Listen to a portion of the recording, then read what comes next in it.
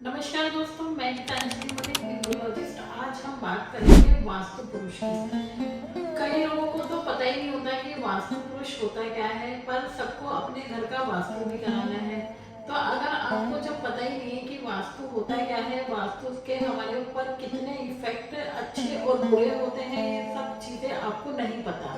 तो आज हम इस वीडियो में वास्तु पुरुष के बारे में बात करेंगे कि वास्तु पुरुष क्या काम करता है और हमारे घर की एनर्जी पे उसका कितना अच्छा और कितना बुरा इफेक्ट आता है। वास्तु पुरुष की एक कथा थी जिसमें एक भयंकर असुर ने जन्म लिया था धरती पे और उसने पूरी धरती को ढक दिया था। तब उन्होंने शिव जी की तपस्या की थी, इसलिए उनका कोई कुछ नहीं कर पा रहा था। तब ब्रह्मा जी ने 45 देवता बैठे और उनके चारों सारे कोनों में उन्होंने अपनी अपनी दृष्टि डाली।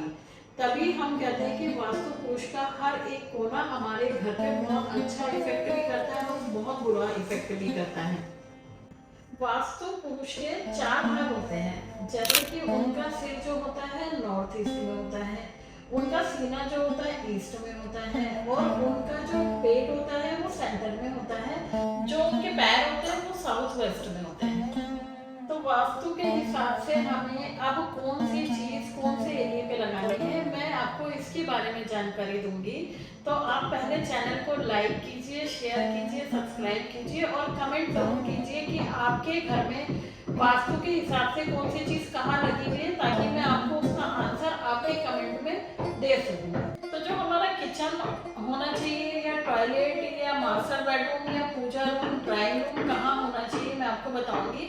जो किचन है वो हमारी अग्निकोण में होनी चाहिए, साउथ ईस्ट डायरेक्शन में। जो टॉयलेट है हमारा नॉर्थ वेस्ट में या वेस्ट में होना चाहिए। तो मास्टर बेडरूम जो है वो साउथ वेस्ट में होना चाहिए। पूजा रूम हमारा नॉर्थ ईस्ट में होना चाहिए। ड्राइंग रूम हमारा नॉर्थ में या ईस्ट में होना चाहिए। तो आपके घर में या कहीं पे आपके ऑफिस में या आपकी शॉप में कोई भी जहाँ पे भी आप काम कर रहे हो या आप रह रहे हो, अगर आपके घर के सेंटर में बिल्कुल पिलर बना हुआ है, बहुत हानि करेगा आपको बिजनेस में भी और घर में भी। अगर आपके पैसे आ रहे हैं तो वो आने बंद हो जाएंगे, क्योंकि वो लॉस कराता है, वो एक बहुत बड़ा वास्तु दोष है।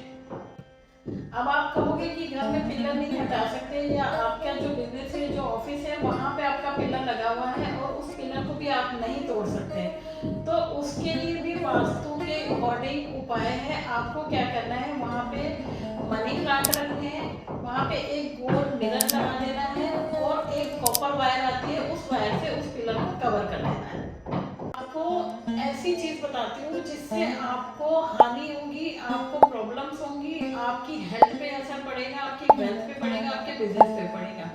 तो जैसे कि एक चीज मैं आपको बताती हूँ, आपने बेड के बिल्कुल सामने एक मिरर लगा दिया, आप सो रहे हो और आपका पूरा आपकी जो पूरा बॉडी है, शरीर है, वो सब दिख रहा है, तो आपकी 100% वहां पे सर्जरी होगी होगी। आप चाहे वहां पे आप खुद सोते हो, आपका हस्बैंड सोता है, आपके बच्चे सोते हो, तो उन लोगों में से आप देखना, मैंने 99% सर्च किया है कि उनकी सर्जरी हुई हुई है।